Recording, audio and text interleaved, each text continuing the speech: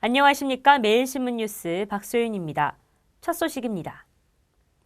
박근혜 새누리당 비상대책위원장이 더 큰 정치에 헌신하라는 지역 구민의 뜻에 따르겠다며 4월 총선 불출마를 선언했습니다.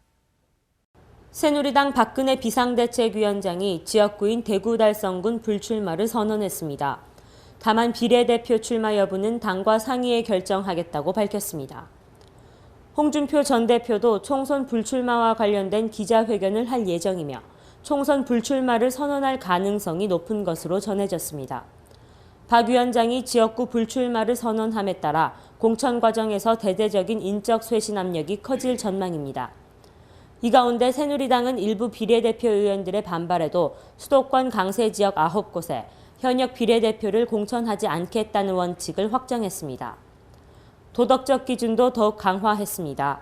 새누리당 공천위원회는 공천 후보자들이 친히 친박과 같은 분파 행동을 하거나 공천심사위원들에게 부적절한 접근을 하는 경우 확실한 불이익을 주기로 했습니다. 공천위는 또 클린 선거위원회를 별도로 구성해 공천 과정에서 발생하는 비도덕적인 문제에 대해 단호하게 대처하겠다고 밝혔습니다. 새누리당이 의원총회를 열고 새로운 당명을 확정지었습니다. 기존의 파란색을 버리고 당의 상징색으로 빨간색과 흰색을 채택키로 했습니다. 새누리당이 어제 국회에서 진행된 의원총회에서 새로운 당명과 관련한 내용을 담은 당명 개정안을 통과시켰습니다. 이와 함께 당의 상징색을 기존의 파란색에서 빨간색과 흰색으로 변경했습니다. 조동원 홍보기획본부장은 상징색은 태극기를 모티브로 했다며 흰색은 백이민족을, 빨간색은 열정을 상징한다고 말했습니다. 또 새 심볼은 국민을 하나로 모아 한 곳에 담는다는 뜻으로 그릇의 모양을 하고 있다고 설명했습니다. 2012 대구 국제육상경기대회가 5월 16일 개최됩니다. 2012 대구 국제육상경기대회가 5월 16일 대구 스타디움에서 열립니다. 2005년부터 해마다 열리고 있는 대구 국제육상경기대회는 올해 40여 개국에서 세계 기록 보유자 등 스타급 선수 159명이 참가할 예정입니다. 이들은 남녀 100m를 비롯해 16개 종목에서 실력을 겨루게 됩니다. 특히 이번 대회는 일본 가와사키 대회, 카타르 도하 대회, 중국 상하이 대회 등 동아시아 육상 투어와 연계함에 따라 해외 최고 기량의 선수들이 대거 참여할 수 있어 수준 높은 대회가 될 것으로 전망됩니다.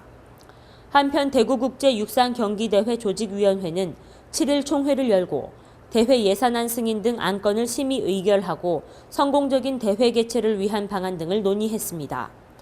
조직위원회 최삼용 사무처장은 2011 세계육상선수권대회 성공을 발판으로 국제육상도시로의 위상을 정립하고 국제적인 브랜드를 높일 수 있는 대회가 되도록 준비하겠다고 말했습니다. 경북 여성기업인협의회가 주요 인사와 도내 여성기업인이 참여한 가운데 제8회 정기총회를 열었습니다. 제8회 경북 여성기업인협의회 정기총회가 열렸습니다. 김관용 경북도지사, 이상효 경북도의회 의장 등 주요 인사와 도내 여성기업인 120여 명이 참여했습니다. 이날 행사는 일자리 창출 촉진대회 경과보고와 신년음악회 등으로 구성돼 도내 여성기업인들의 화합과 결의를 다지는 자리가 됐습니다. 특히 경산지회와 구미지회가 일자리 창출 우수지회로 선정돼 도지사 표창패를 수여받았습니다. 경북 여성기업인협의회는 도내 여성기업인들 간의 정보 교류를 통해 여성기업인의 권익 향상을 도모하고 공동사업 추진을 통한 지역사회 발전에 공헌하기 위해 2004년 설립됐으며 현재 중소제조업 여성 CEO 167명으로 구성돼 활발한 활동을 전개하고 있습니다. 한무경 경북여성기업인협의회장은 지난 한 해 어려운 여건 속에서도 일자리 창출 방안에 대해 정보를 상호 교환하고 우수 사례를 서로 공유하는 등 일자리 창출을 위해 노력했다고 강조했고 올해도 취직 좀 하자라는 경상북도의 모토에 맞춰 여성 창업 및 지역 일자리 창출의 견인차 역할을 담당하자고 각오를 다졌습니다. 대구시 수성구청의 민원 배심제가 유엔이 제정하는 공공행정상의 본선에 진출했습니다. 대구 수성구청이 주민참여정책의 하나로 시행하는 민원 배심제가 유엔이 제정하는 공공행정상의 본선에 진출했습니다.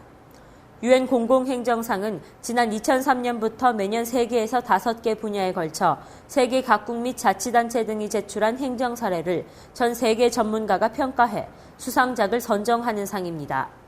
수성구청의 민원 배심제는 세계 각국에서 제출된 1,400여 개의 수상 후보 제도와 함께 경쟁해 유엔 공공행정관리개발부의 1차 심사를 통과했으며 공공행정전문위원회 최종 심사를 거쳐 수상 여부가 결정됩니다. 특히 우리나라의 기초자치단체의 행정 사례가 수상한 적은 없는 것으로 전해져 더욱 의미가 깊습니다. 지난 2000년 전국에서 처음으로 시행된 민원 배심제는 주민 불편시설이나 혐오시설 등 민원이 접수되면 행정 예고를 거쳐 법률 전문가와 건축가, 교수 등 전문가로 구성된 배심원들이 민원을 심사하는 제도입니다. 이진훈 수성구청장은 수성구청이 시행한 제도가 세계 곳곳에 알려지게 돼 큰 의미가 있다고 말했습니다. 신학기가 다가오면서 올해 등록금을 내리겠다고 결정한 대학들이 많습니다.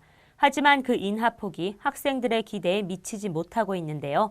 영남대학교 학생들이 추가 인하를 요구하며 단체 행동에 나섰습니다.